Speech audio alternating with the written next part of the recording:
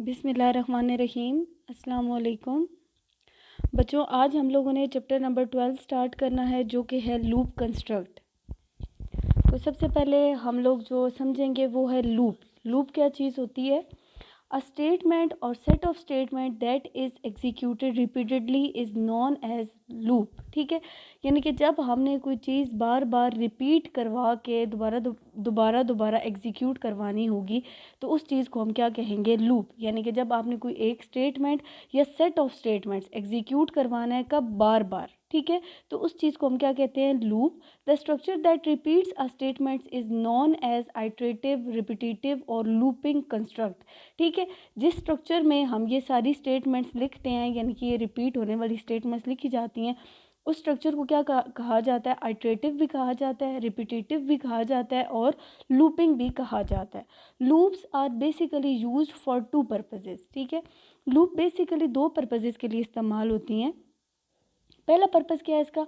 To execute a statement और number of statements for a specified number of time. यानी कि कोई भी स्टेटमेंट या ज़्यादा नंबर ऑफ स्टेटमेंट्स आपने डिस्प्ले करवानी है अगर ज़्यादा दफ़ा। ठीक है, फॉर एग्जांपल अ यूज़र में display his name on screen for 10 times.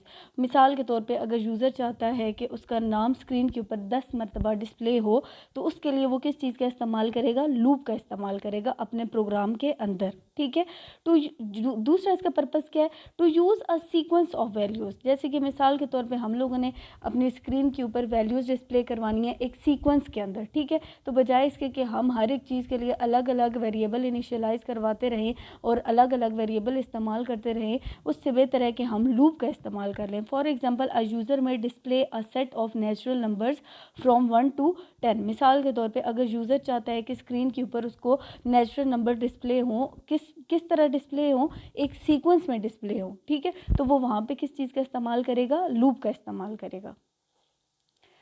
Types of loop है हमारे पास। There are 3 types of loops available in C. यानी कि जो लैंग्वेज हम पढ़ रहे हैं सी, उसके अंदर हमारे पास कितनी टाइप्स हैं लूप की?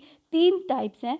फर्स्ट टाइप है वाइल लूप, सेकंड है do while loop and third है फॉर लूप। ठीक है, इसके अलावा भी हम लोग पढ़ते हैं एक नेस्टेड लूप भी होती है। ठीक है, लेकिन मोस्ट कॉमनली हम लोग ये 3 तरह के लूप्स का इस्तेमाल अपने प्रोग्राम के अंदर करते हैं।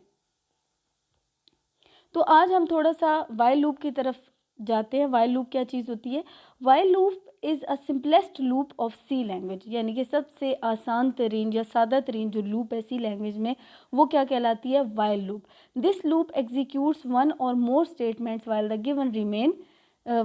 Given condition remains true. ठीक है, यानी कि ये लूप तब तक एग्जीक्यूट करती रहेगी स्टेटमेंट्स। एक स्टेटमेंट होगी या उससे ज़्यादा स्टेटमेंट्स हो सकती हैं। ठीक है, जैसे हमने पहले भी पढ़ा है कि एक स्टेटमेंट भी एग्जीक्यूट होती है जो हमने सिलेक्शन स्ट्रक्चर्स पढ़े हैं। ठीक है, या जो हमने कंट्रोल स्ट्रक्चर्स पढ़े हैं, उसमें एक स्टेटमेंट भी एग्जीक्यूट होती है और कंपाउंड स्टेटमेंट्स भी, यानी कि एक से ज़्यादा स्टेटमेंट्स भी एग्जीक्यूट हो सकती हैं। तो लूप भी एग्जीक्यूट हो सकती है एक या एक से ज़्यादा स्टेटमेंट्स जब तक कंडीशन ट्रू रहेगी। ठीक है, it is useful where the number of iteration is not known in advance. यानी कि पहले से हमें ये इस बात का पता ना हो कि हमने उस चीज़ को कितना रिपीट करवाना है। ठीक है, यानी कि जो स्टेटमेंट या सेट ऑफ स्टेटमेंट्स हम लोग चलाने लगे हैं लूप के अंदर, उसको हमने कितनी दफ़ा रिपीट करवाना है ये हमें पता ना हो एडवांस में, या पहले पता ना हो, तो तब ये वाली लूप इस्तेमाल की जाती है। इसका सिंटेक्स देखते हैं। The syntax of while loop is as follow. यानी कि आप किस तरह इसको इस्तेमाल कर सकते हैं प्रोग्राम के अंदर। पहले वाइल का वर्ड यूज़ होगा, ब्रैकेट में आप कंडीशन लगाएंगे। ठीक है, उसके बाद क्या होगा? स्टेटमेंट। नेक्स्ट लाइन के ऊपर आप क्या लिखेंगे? स्टेटमेंट, और स्टेटमेंट के एंड पे क्या होगा? Semi colon. लेकिन वाइल और कंडीशन के बाद सेमी कॉलन नहीं आएगा। इसके अगर सिंटेक्स को डिटेल में देखें तो कंडीशन और स्टेटमेंट हमने दो चीज़ें पढ़ी हैं। वाइल तो एक कीवर्ड है जो कि यूज़ हो रहा है लूप के लिए। ठीक है, कंडीशन में क्या चीज़ होती है? Condition is given as a relational expression. हम लोग पिछले वाले चैप्टर में भी पढ़ चुके हैं कि हम लोग कंडीशन रिलेशनल एक्सप्रेशन में या लॉजिकल एक्सप्रेशन यूज़ करके देते होते हैं। ठीक है, it controls the iteration of loop. इससे क्या होता है कि जो हमने लूप को बार बार रिपीट करवाना है या उसको बार बार चेंज करवाना है, ठीक है, उसके लिए हम किस चीज़ का इस्तेमाल करते हैं, कंडीशन का इस्तेमाल करते हैं, ठीक है। The statement is executed only if the given condition is true. और स्टेटमेंट आपको पता है तभी चलती है या तभी एग्जीक्यूट होती है जब तक कंडीशन ट्रू रहती है। If the condition is false the statement is never executed. जैसे ही कंडीशन फॉल्स हो जाएगी तो स्टेटमेंट क्या होगी, एग्जीक्यूट नहीं होगी। और सेकंड हमने क्या देखा कि कंडीशन के बाद स्टेटमेंट आती है, ठीक है। Statement is the instruction that is executed when the condition is true. अब स्टेटमेंट कोई भी मैसेज हो सकता है, कोई भी इंस्ट्रक्शन हो सकती है जो आपने अपनी आउटपुट के तौर पे एग्जीक्यूट करवानी है। वो कब एग्जीक्यूट होगी, जब आपकी कंडीशन ट्रू होगी। Two or more statements are specified in braces. ये हमने पहले भी पढ़ा है कि जब हम एक से ज़्यादा स्टेटमेंट का इस्तेमाल करते हैं तो हम किसके अंदर करते हैं, कर्ली ब्रेसेस का इस्तेमाल करते हैं। It is called the body of the loop. अगर हम लोग ब्रेसेस का इस्तेमाल करेंगे तो उसका क्या कहेंगे, ये बॉडी है लूप की, ठीक है।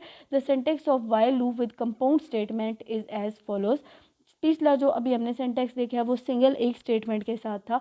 अभी हम लोग जो व्हाइल का जो सिंटैक्स देखने जा रहे हैं वो कंपाउंड स्टेटमेंट के साथ है। इसी तरह सेम वही चीज़ है व्हाइल कंडीशन इसी तरह आएगी। उसके बाद कर्ली ब्रेसेस स्टार्ट होगी और अंदर आप क्या लिख सकते हैं, सेट ऑफ स्टेटमेंट्स यानी कि कंपाउंड स्टेटमेंट्स। और फिर एंड पे आप क्या करेंगे, कर्ली ब्रेसेस क्लोज कर देंगे। वर्किंग ऑफ वाइल लूप देखते हैं कि वाइल लूप काम किस तरह करती है। First of all the condition is evaluated. सबसे पहले क्या होता है, अगर फ्लो चार्ट में हम लोग देखें तो एक कंडीशन दी जाती है, ठीक है। कंडीशन सबसे पहले एग्जीक्यूट की जाती है, ठीक है।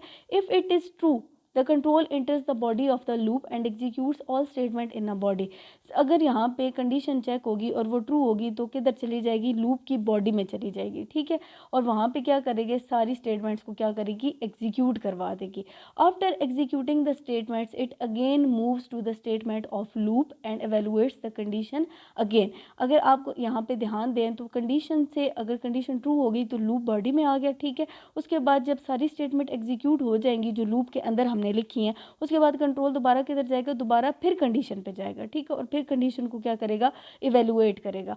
This process continues as long as the condition remains true. ये इसी तरह कंटिन्यू रहेगा ये वाला प्रोसेस जब तक कंडीशन क्या रहती है, ट्रू रहती है। When the condition become false, जब कंडीशन फॉल्स हो जाएगी, द लूप इज टर्मिनेटेड, तो लूप क्या हो जाएगी, एंड हो जाएगी, ठीक है। While loop terminates only when the condition becomes fall.